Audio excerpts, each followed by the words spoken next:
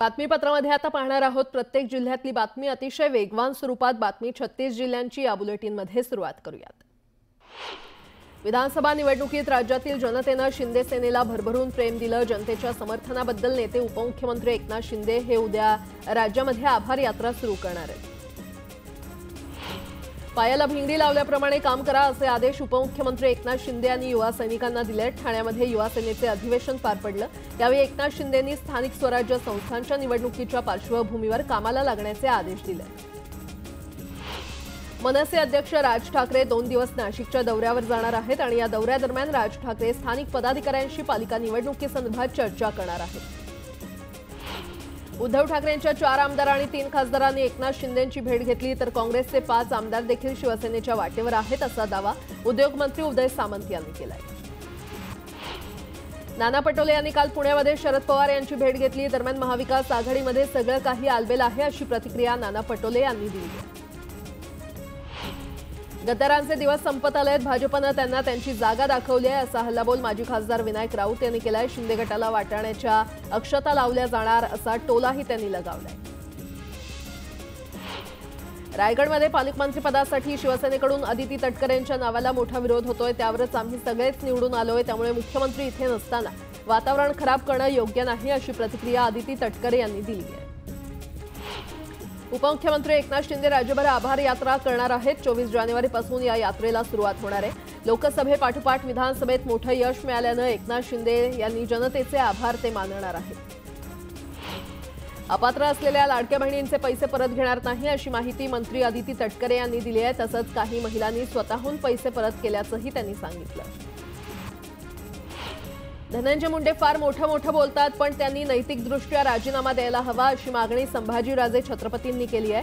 तसंच वाल्मिक कराडच्या सीसीटीव्हीनुसार हत्येच्या कनेक्शनचं चित्र बऱ्यापैकी स्पष्ट होतंय असंही संभाजीराजे म्हटले। संतोष देशमुखांची मुलगी वैभवी हिनं विठ्ठलाचं दर्शन घेतलं। यावेळी वडिलांच्या आरोपींना लवकरात लवकर फाशी द्यावी अशी मागणी तिनं केली आहे। सोमनाथ सूर्यवंशीच्या कुटुंबियांना न्याय द्या यासह प्रमुख मागण्यांसाठी परभणीतून मुंबईपर्यंत लॉंग मार्च काढण्यात येतोय। प्रशासनाबरोबरची चर्चा निष्फळ ठरल्यानंतर हा मोर्चा परभणीतून मुंबईकडे रवाना झालाय। परभणीमध्ये सोमनाथ सूर्यवंशीच्या आईची तब्येत बिघडली आहे। सोमनाथ यांचा पोस्टमॉर्टम रिपोर्ट समोर आल्यानंतर आईची प्रकृती बिघडली आहे। दरम्यान परभणीतील खासगी रुग्णालयामध्ये त्यांना दाखल करण्यात आले। सैफ अली खानच्या घरात घुसलेले बांगलादेशी होते, त्याच्यावर झालेला हल्ला हा मला संशयास्पद वाटतो असा गंभीर आरोप मंत्री नितेश राणे यांनी केलाय। तसंच त्यानं स्वतः चाकू मारून घेतला का असा प्रश्न पडत असल्याचंही नितेश राणे म्हटलं। हल्ला झाला त्या रात्री सैफ अली खानला रुग्णालयात घेऊन जाणाऱ्या रिक्षावाल्याला केलेल्या मदतीची परतफेड म्हणून सैफ अली खाननं पुरस्कृत केलंय। या रिक्षा चालकाला सैफ अली खान तसंच त्याच्या कुटुंबियांना तब्बल 51,000 रुपये दिलेले आहेत। अभिनेता सैफ अली खानवर चोरट्यानं चाकू हल्ला केल्यानंतर खबरदारीचा उपाय म्हणून सैफ अली खान आणि करीना दोघांनाही मुंबई पोलिसांनी सुरक्षा पुरवली आहे। याशिवाय सैफ अली खान राहत असलेल्या इमारतीची खासगी सुरक्षा देखील वाढवण्यात आली आहे। सैफ अली खानच्या आरोपीनं वापरलेल्या चाकूचा तुकडा मिळवण्यासाठी पोलीस आरोपी मोहम्मद शरीफुल इस्लाम शहजादला घेऊन वांद्रे तलावाजवळ आले होते। या तलावात 1.5 तास शोधाशोध घेतल्यानंतर अखेर पोलिसांनी चाकूचा तुकडा त्यांना मिळवलाय। तर यामुळे पोलिसांच्या हाती सर्वात मोठा पुरावा लागलाय।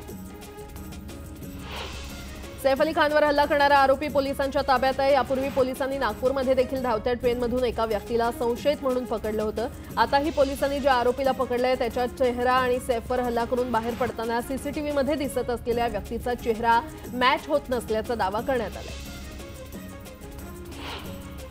जळगावमधील अपघात हा रेल्वे अपघात किंवा घातपात नाहीये अशी माहिती पालकमंत्री गुलाबराव पाटलांनी दिली आहे। तसंच जखमी असलेले 4 प्रवासी अत्यंत गंभीर असल्याची माहिती देखील त्यांनी दिली। रेल्वे अपघातानंतर भाजपच्या खासदार स्मिता वाघ दुर्घटनास्थळी पोहोचल्या। दरम्यान गाडीमध्ये काहीतरी प्रॉब्लेम होता, धूर आल्यामुळे आग लागली असं लोकांना वाटलं। रेल्वेचा स्पीड कमी झाल्यानंतर लोकांनी उड्या घेतल्या अशी माहिती स्मिता वाघ यांनी दिली आहे। मोदींचे सरकार आल्यापासून देशात रेल्वे अपघातांचं प्रमाण वाढलंय अशी टीका नाना पटोले यांनी केली आहे। मोदी सरकारमध्ये रेल्वे तिकीट महागलेलं आहे, पण प्रवाशांचा जीव स्वस्त झालाय अशी खोचक टीकाही पटोले यांनी केली। अपघातातील जखमी बरे व्हावेत अशी प्रार्थना करा, या घटनेचं तरी राजकारण करू नका असं म्हणत गुलाबराव पाटील यांनी नाना पटोलेंना विनंती केली आहे। महाराष्ट्राच्या जळगावातील रेल्वे अपघाताची बातमी अत्यंत दुःखद आहे। मुख्यमंत्री देवेंद्र फडणवीस यांच्याशी बोलून अपघाताची माहिती घेतली असं ट्विट केंद्रीय गृहमंत्री अमित शहा यांनी केलंय। मृत्यू झालेल्यांच्या कुटुंबियांप्रती शहांनी संवेदना व्यक्त केल्या आहेत। यूपीचे मुख्यमंत्री योगी आदित्यनाथ यांनी पुष्पक एक्सप्रेस दुर्घटनेवर शोक व्यक्त केलाय। जखमींवर पुरेसे वैद्यकीय उपचार करण्याच्या सूचना त्यांनी दिल्या आहेत। प्रवाशांच्या मृत्यूबाबत देखील त्यांनी दुःख व्यक्त केलंय।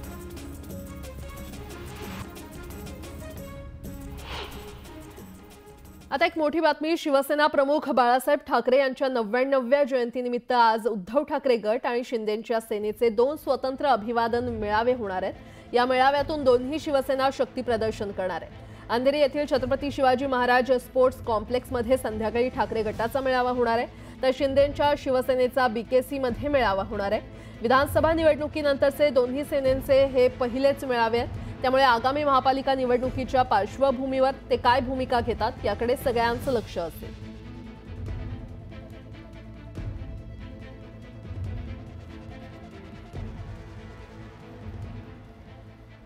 पुन्हा एकदा बातम्या वेगवान स्वरूपात। जपानमध्ये तयार होणाऱ्या शिंकानसेन बुलेट ट्रेनला भारतात येण्यास उशीर होत असल्यानं बुलेट ट्रेनसाठीच्या मुंबई अहमदाबाद मार्गावर वंदे भारत ट्रेन धावणार आहे, अशी माहिती सूत्रांनी दिली आहे। रेल्वे मंत्रालयानं अलीकडेच European train control system level 2 signalling सिस्टमसाठी निविदा मागवलेली आहे आणि ही यंत्रणा वंदे भारत गाड्यांसाठी अनुकूल आहे। राज्य रस्ते परिवहन महामंडळाच्या भाडेवाढीबाबत आज निर्णय होणार आहे। राज्य परिवहन प्राधिकरणाच्या असलेल्या बैठकीमध्ये हा निर्णय घेतला जाणार आहे। एसटी महामंडळानं 2 ते 3 कोटी रुपयांचा दैनंदिन तोटा कमी करण्यासाठी स्वयंचलित भाडे सुधारणा सूत्राअंतर्गत भाडेवाढीची मागणी केली होती। मुंबईत पेट्रोल आणि डिझेलवर चालणाऱ्या वाहनांवर निर्बंध घालून फक्त सीएनजी आणि इलेक्ट्रिक वाहनांनाच परवानगी देण्याबाबत अभ्यास करून अहवाल सादर करण्यासाठी तज्ज्ञ व्यक्तींची समिती राज्य सरकारनं स्थापन केली आहे। ही समिती 3 महिन्यात सरकारला अहवाल सादर करेल। सांगलीच्या खानापूरमध्ये चेन स्नॅचिंग तसंच मारहाण करून नागरिकांना लुटणाऱ्या तिघांना जेरबंद करण्यात आले। आरोपींचे 3 गुन्हे उघड झाले असून सोन्याच्या दागिन्यांसह 10 लाखांचा मुद्देमाल जप्त करण्यात आलाय। जतचे माजी आमदार विलासराव जगताप आणि जिल्हा परिषदेचे माजी सभापती तमनगौडा रवी पाटील यांची भाजप पक्षातून हकालपट्टी केल्याचं जाहीर केलंय। यावरून तमनगौडा रवी पाटील यांनी प्रश्न उपस्थित करत भाजपला खडेबोल सुनावले। जत तालुक्यामध्ये भाजप पक्ष वाढवण्याचा हा बहुमान आहे का, असा सवाल तमनगौडा रवी पाटील यांनी केलाय। मिरज पंढरपूर मार्गावर पिण्याच्या पाण्याच्या बॉक्सच्या आडून गोवा आणि मध्य प्रदेश बनावटीच्या दारूची तस्करी करणाऱ्यांवर राज्य उत्पादन शुल्क विभागानं कारवाई केली आहे। दारूची तस्करी करणाऱ्या दोघांना अटक करण्यात आली असून त्याच्याकडून दारूचे बॉक्स आणि ट्रक असा एकूण 68 लाख किमतीचा मुद्देमाल जप्त केलाय। नांदेड शहराजवळच्या भोकरपाटा इथे अपघात झाला। डिझेल घेऊन जाणारा टँकर एका ट्रॅक्टरला धडकून उलटला। सुदैवानं यामध्ये कोणतीही जीवितहानी झाली नाही, मात्र या अपघातामुळे टँकरमधून डिझेलची गळती सुरू झाल्यानं डिझेल घेऊन जाण्यासाठी गर्दी झाली होती। राष्ट्रवादी काँग्रेसचे शरदचंद्र पवार पक्षाचे आमदार उत्तम जानकर ईव्हीएम विरोधात दिल्लीमध्ये एल्गार पुकारणार आहेत। 25 जानेवारीपासून म्हणजेच निवडणूक आयोगाच्या स्थापना दिनीच जंतर मंतरवर सरकार विरोधात निषेध आंदोलनाला सुरुवात करण्यात येणार आहे। बीड जिल्हा विशेष न्यायालयानं कराडला 14 दिवसांच्या न्यायालयीन कोठडीत पाठवलं। मकोका अंतर्गत गुन्हा दाखल असल्यानं वाल्मिक कराडला पुढचे 6 महिने जेलमध्येच राहावं लागणार आहे। शिवाजी पार्क परिसरात धुळीमुळे होणारं प्रदूषण नियंत्रणात आणण्यासाठी दीर्घकालीन उपाययोजना अंमलात आणण्याचा निर्णय मुंबई महापालिकेनं घेतलाय। धूळ नियंत्रणासाठी मातीवर सातत्यानं पाणी फवारणं यासारख्या आपत्कालीन उपाययोजना करण्यात येणार आहेत। बेस्ट उपक्रमातील भाडेतत्वावरील बसगाड्यांची सेवा तात्काळ बंद करावी। बेस्टचा स्वमालकीचा ताफा वाढवावा अशी मागणी बेस्ट कामगार सेनेनं केली आहे। यावेळी कामगार सेनेनं आपले 20 मागण्यांचं निवेदन दिलं। येत्या शुक्रवारी आणि शनिवारी म्हणजेच 24 आणि 25 जानेवारी रोजी रात्री पश्चिम रेल्वेनं प्रवास करणार असाल तर ही बातमी तुमच्यासाठी महत्त्वाची आहे। या 2 रात्री मिळून पश्चिम रेल्वेच्या 277 लोकल रद्द करण्यात येणार आहेत। या दरम्यानच्या 4 एक्सप्रेस देखील रद्द करण्यात येणार आहेत। राज्याच्या सार्वजनिक आरोग्य विभागामार्फत राबवण्यात येणाऱ्या राष्ट्रीय वृद्धापकाळ आरोग्य शुश्रूषा कार्यक्रमाअंतर्गत गेल्या वर्षभरात 10,49,251 वृद्धांवर उपचार करण्यात आले। ही वृद्धापकाळ सेवा अधिक गतिमान करण्यात येणार आहे। भायखळा आणि बोरिवलीमध्ये बांधकाम बंदी लागू केल्यानंतर या भागातील हवेच्या गुणवत्तेमध्ये सुधारणा झाली होती। दरम्यान समीर ॲपवरील नोंदीनुसार बुधवारी मात्र भायखळा आणि देवनार इथे वाईट हवेची नोंद झाली। राज्य परिवहन महामंडळाच्या बसमध्ये ज्येष्ठ नागरिक, अपंग आणि इतर सवलत पात्र प्रवाशांना देण्यात येणाऱ्या स्मार्ट कार्ड यंत्रणेत बिघाड झालाय। त्यामुळे प्रवाशांना तात्पुरते कागदी पास देण्यात येत आहेत। अनेक ज्येष्ठ प्रवाशांकडे पास नसल्यानं त्यांना प्रवासामध्ये अडचणींचा सामना होतोय। पुण्यात गुइलेन बॅरे सिंड्रोमचे 24 संशयित रुग्ण आढळलेले आहेत। आता काही रुग्णांच्या तपासणीमध्ये कॅम्पॉइलोबॅक्टर जेजुनी हा जीवाणू संसर्ग समोर आलेला आहे। न्यूरोलॉजिकल सोसायटी ऑफ पुणे या संस्थेनं या संसर्गासाठी दूषित पाणी आणि अन्न कारणीभूत असल्याकडे बोट दाखवलंय। नाशिक जिल्ह्यामध्ये 1 लाख क्विंटल तर अहिल्यानगर जिल्ह्यामध्ये 23,000 क्विंटलची आवक झाली। लाल कांद्याला कमीत कमी 1300 रुपयांपासून 2,500 रुपयांपर्यंत सरासरी दर मिळाला। पुण्यात अस्वच्छता करणाऱ्यांकडून सुमारे 4,500 नागरिकांकडून पालिकेनं तब्बल 36 लाखांचा दंड वसूल केलाय। महापालिकेकडून 1 जानेवारी ते 18 जानेवारी या कालावधीमध्ये शहरात दंडात्मक कारवाई करण्यात आलेली आहे। अमेरिकेचे राष्ट्राध्यक्ष डोनाल्ड ट्रम्प यांनी घेतलेल्या निर्णयाचा परिणाम आंतरराष्ट्रीय बाजारपेठांमध्ये दिसू लागलाय। बुधवारी सोन्याच्या दरामध्ये विक्रमी झेप घेतलेली आहे। नागपुरात 10 ग्रॅम सोन्याचे दर 700 रुपयांनी वाढून विक्रमी 80,400 रुपयांवर पोहोचले। राज्यातील बाजार समितीमध्ये सोयाबीनची 57,054 इतकी आवक झाली तर सोयाबीनला 3,997 रुपये प्रति क्विंटल इतका दर मिळाला।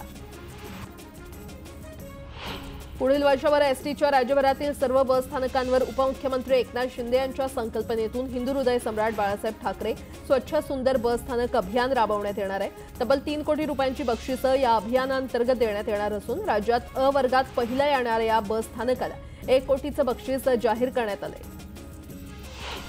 प्लास्टिक पिशव्यांचा वापर करणाऱ्यांकडून वाढीव दरानं दंड वसूल करण्यापेक्षा नागरिकांनी प्लास्टिक पिशव्यांचा वापर करू नये यासाठी जनजागृती करणं आवश्यक आहे।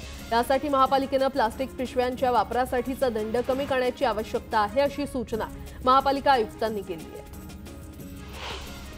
नीरा, देवघर, भाटघर, वीर, गुंजवणी धरण परिसरात यावर्षी सरासरी इतका पाऊस पडलाय। त्यामुळे जानेवारीच्या शेवटच्या आठवड्यात नीरा खोऱ्यातील 4 धरणात गेल्या वर्षीपेक्षा सरासरी 14% पाणीसाठा अधिकचा असल्याचं आकडेवारीवरून स्पष्ट होत आहे।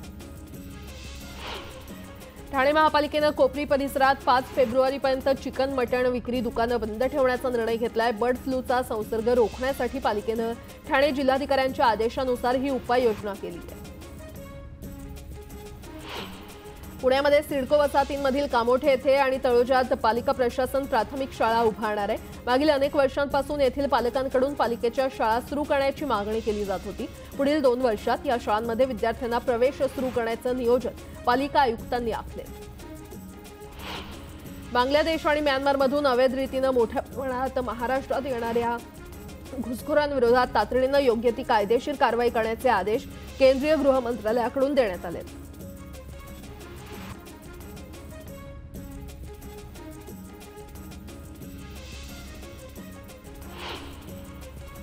चिपळूणच्या कुंभारली घाटात 22 गुरांची वाहतूक करणारं वाहन पकडण्यात आलं होतं। दरम्यान मूळ आरोपी फरार झाल्यानं आमदार निलेश राणे आक्रमक झालेत।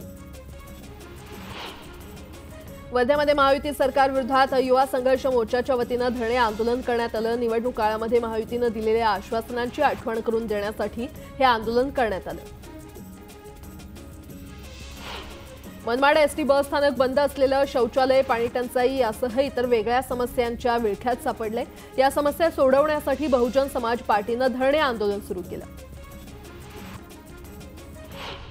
नांदेडमध्ये उभारलं जात असलेल्या आंतरराष्ट्रीय स्टेडियमचं बांधकाम अत्यंत संथ गतीनं सुरू आहे। 4 वर्षांपासून हे काम सुरू असून कामाला गती देण्याची मागणी होतीये। वाशिमच्या कारंजा तालुक्यातील पिंपळगावात जलयुक्त शिवार योजनेअंतर्गत बेंबळा नदीचं पुनरुज्जीवन करण्यात आल्यानं शेतकऱ्यांना सिंचनासाठी पाणी उपलब्ध झालंय। त्यामुळे स्थानिक शेतकऱ्यांना मोठा दिलासा मिळालाय। इंदापूर कृषी उत्पन्न बाजार समितीमध्ये कृषी प्रदर्शनाचं आयोजन करण्यात आलं। या प्रदर्शनातील कपिला गाय आणि खिलार बैलानं शेतकऱ्यांचं लक्ष वेधलंय। प्रदर्शनीच्या माध्यमातून देशी गोवंश संवर्धनाचा संदेश देण्यात आलाय। सोलापुरातील तडवळ गावची यात्रा असल्याचं रेकॉर्डला दाखवून आदर्श गुरुजीच्या वास्तुशांतीला हजेरी लावणाऱ्या तडवळ जिल्हा परिषद शाळेतील शिक्षकांची चौकशी होणार आहे। मुख्याध्यापकांसह 10 शिक्षकांची चौकशी करून अहवाल सादर करण्याचे आदेश गट शिक्षण अधिकाऱ्यांनी दिले। गोंदियाच्या देवरीमध्ये रेतीची अवैध वाहतूक करणाऱ्या 2 ट्रक आणि एका ट्रॅक्टरवर कारवाई करण्यात आलेली आहे। छत्तीसगडमधून मध्य प्रदेश आणि गुजरातमध्ये ही रेतीची वाहतूक केली जात होती। या कारवाईमध्ये 20 ब्रास रेती साठा जप्त करण्यात आलाय। छत्रपती संभाजीनगरमध्ये घरफोडी आणि चोरी करणाऱ्या सराईत चोरट्याला बेड्या ठोकण्यात आलेल्या आहेत। आरोपीकडून 16,69,000चा मुद्देमाल जप्त करण्यात आलाय।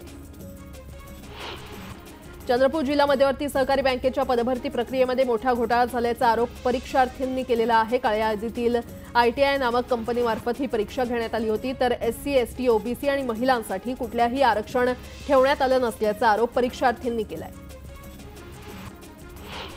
यंदा धाराशिवमध्ये भरपूर पावसामुळे तुरीचं चांगलं उत्पादन झालंय। जिल्ह्यामध्ये 32,000 हेक्टर क्षेत्रावर तुरीची लागवड करण्यात आली असून तूर डाळीचे दर 20 रुपयांनी घसरलेत। मागणीच्या तुलनेमध्ये आवक वाढल्यानं दर आणखी कमी होण्याची शक्यता आहे। जळगावच्या बाभुरीत गिरणा नदीमध्ये रसायनयुक्त पाणी सोडलं जात आहे, त्यामुळे नदीतील जैवविविधता धोक्यात आलेली आहे। ही बातमी न्यूज 18 लोकमतनं दाखवल्यानंतर प्रदूषण नियंत्रण विभागानं नदीतील पाण्याचे नमुने घेतलेत। हे नमुने नाशिक मुंबई प्रदूषण नियंत्रण मंडळाच्या विभागीय कार्यालयामध्ये पाठवण्यात आले। साताऱ्यातील माचीपेठ, सोमवारपेठ या भागात तरस दिसल्यानं नागरिकांमध्ये भीतीचं वातावरण आहे, त्यामुळे वन विभागानं या तरसाला पकडून त्याला नैसर्गिक अधिवासात सोडावं अशी मागणी नागरिकांनी केली आहे। धाराशिवच्या कळंब नगरपालिका प्रशासनानं 2 महिन्यांपूर्वी नगराध्यक्ष आणि मुख्याधिकारी यांच्या स्वच्छतागृहाची दुरुस्ती करून घेतली, पण 2 महिन्यानंतर या कामाची निविदा वर्तमानपत्रात जाहिरात देऊन काढली। मात्र चुकून जाहिरात दिली असं स्पष्टीकरण नगरपालिकेनं दिलंय। जळगावच्या मास्टर कॉलनीमध्ये एका टेंट हाऊसला आग लागली। या आगीमध्ये टेंट हाऊसमधील लाखोंचं साहित्य जळून खाक झालंय।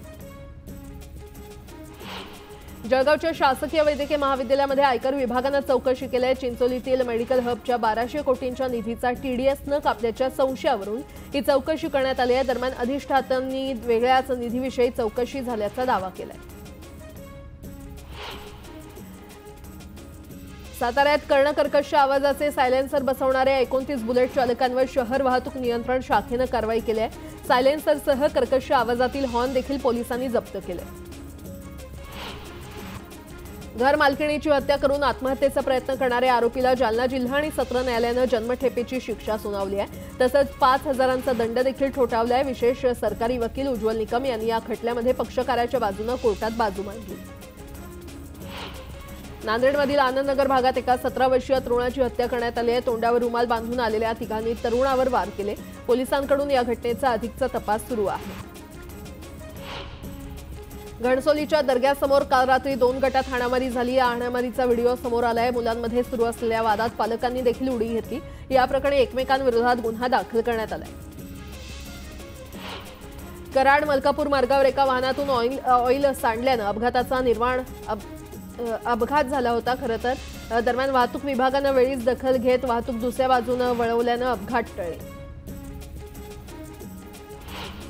अकोल्यामध्ये महिला बाल विकास विभागातर्फे बाईक रॅली काढण्यात आली। बेटी बचाओ बेटी पढाओ या उपक्रमाला 10 वर्ष पूर्ण झाल्याच्या पार्श्वभूमीवर या रॅलीचं आयोजन करण्यात आलं होतं। प्रजासत्ताक दिनासाठी राजधानी दिल्ली सज्ज झालेली आहे। सर्वत्र कडेकोट बंदोबस्त ठेवण्यात आला असून हजारो पोलीस आणि लष्करी निमलष्करी जवान यांच्यामुळे राजधानीचं रूपांतर लष्करी छावणीत झालंय। ज्या मार्गावरून परेड जाणार आहे तिथे आतापासूनच सुरक्षा पथकांचा बंदोबस्त आहे। जळगावतील रेल्वे दुर्घटनेबद्दल पंतप्रधान नरेंद्र मोदी यांनी शोक व्यक्त केला आहे। त्यांनी सोशल मीडियावर पोस्ट करत अपघातातील मृतांच्या कुटुंबियांप्रती संवेदना व्यक्त केली आहे। दिल्लीमध्ये योगी आदित्यनाथ यांच्याकडून प्रचार केला जाणार आहे। विधानसभा निवडणुकीच्या पार्श्वभूमीवर ते किराडी, करोलबाग आणि जनकपुरीत प्रचार करतील, तर भाजपचे राष्ट्रीय अध्यक्ष JP नड्डा देखील प्रचाराच्या मैदानात उतरणार आहेत। अरविंद केजरीवाल यांनी मध्यमवर्गीयांसाठी केंद्र सरकारकडे 7 मागण्या केल्या आहेत। यात आयकर आणि GST दर कमी करण्याची मागणी त्यांनी केली आहे। राजौर इथल्या बधाल गावात गूढ आजारानं दहशत पसरली आहे। अशात गावातील 3 महिलांना एअरलिफ्ट करत त्यांनी चंदीगडमधील रुग्णालयात उपचारासाठी पाठवण्यात आले। कोलकात्यातील महिला डॉक्टरवरील अत्याचाराच्या घटनेतील दोषी संजय रॉयनं हायकोर्टात याचिका केली आहे। या याचिकेद्वारे त्यानं फाशीची शिक्षा देण्याची मागणी केली आहे। यूपीच्या शामलीमध्ये चकमकीत एका पोलिसाचा मृत्यू झालाय। गुंडांसोबत झालेल्या चकमकीत त्याला 4 गोळ्या लागल्या होत्या, मात्र रुग्णालयामध्ये उपचारावेळी त्याचा मृत्यू झालाय। यूपीच्या अमरोहामध्ये ज्वेलर्सच्या दुकानात चोरीची घटना घडली। बुरखा घालून आलेल्या महिलांनी दुकानातील दागिन्यांची चोरी करत खरं तर पळ काढला। सीसीटीव्हीच्या आधारे या महिलांचा शोध घेतला जातोय। छत्तीसगडच्या कांकेडमध्ये दारूच्या नशेमध्ये एक शिक्षक आढळल्याचं समोर आलंय। या प्रकरणी शिक्षक अधिकाऱ्यांना चौकशीचे आदेश देण्यात आले।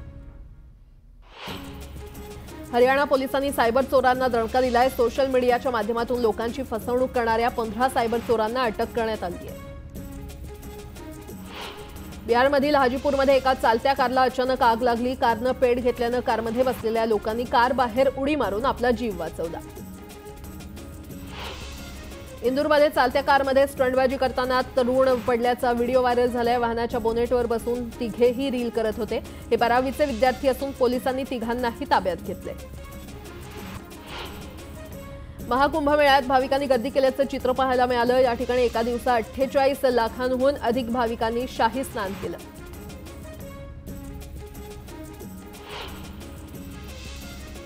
तर प्रत्येक जिल्ह्यातली बातमी वेगवान स्वरूपात आपण या बातमीपत्रामध्ये पाहिल्यानंतर या पुढच्या बातमीपत्रामध्ये काही महत्त्वाच्या राज्यातल्या देशातल्या आंतरराष्ट्रीय बातम्या वेगवान स्वरूपात आणि सविस्तररित्या देखील पाहणार आहोत। मात्र त्याच दरम्यान एक महत्त्वाची आठवण तुम्हा सर्व प्रेक्षकांसाठी, या सर्व प्रकारच्या बातम्या मग त्या सामाजिक असो, राजकीय असो, मनोरंजनाच्या बातम्या असो किंवा तुमच्या कामाच्या बातम्या तुम्ही तुमच्या मोबाईल फोनवर देखील पाहू शकता। त्यासाठी तुम्हाला काय करायचंय, तुम्हाला आमच्या सोशल मीडिया प्लॅटफॉर्मला भेट देणं गरजेचं आहे।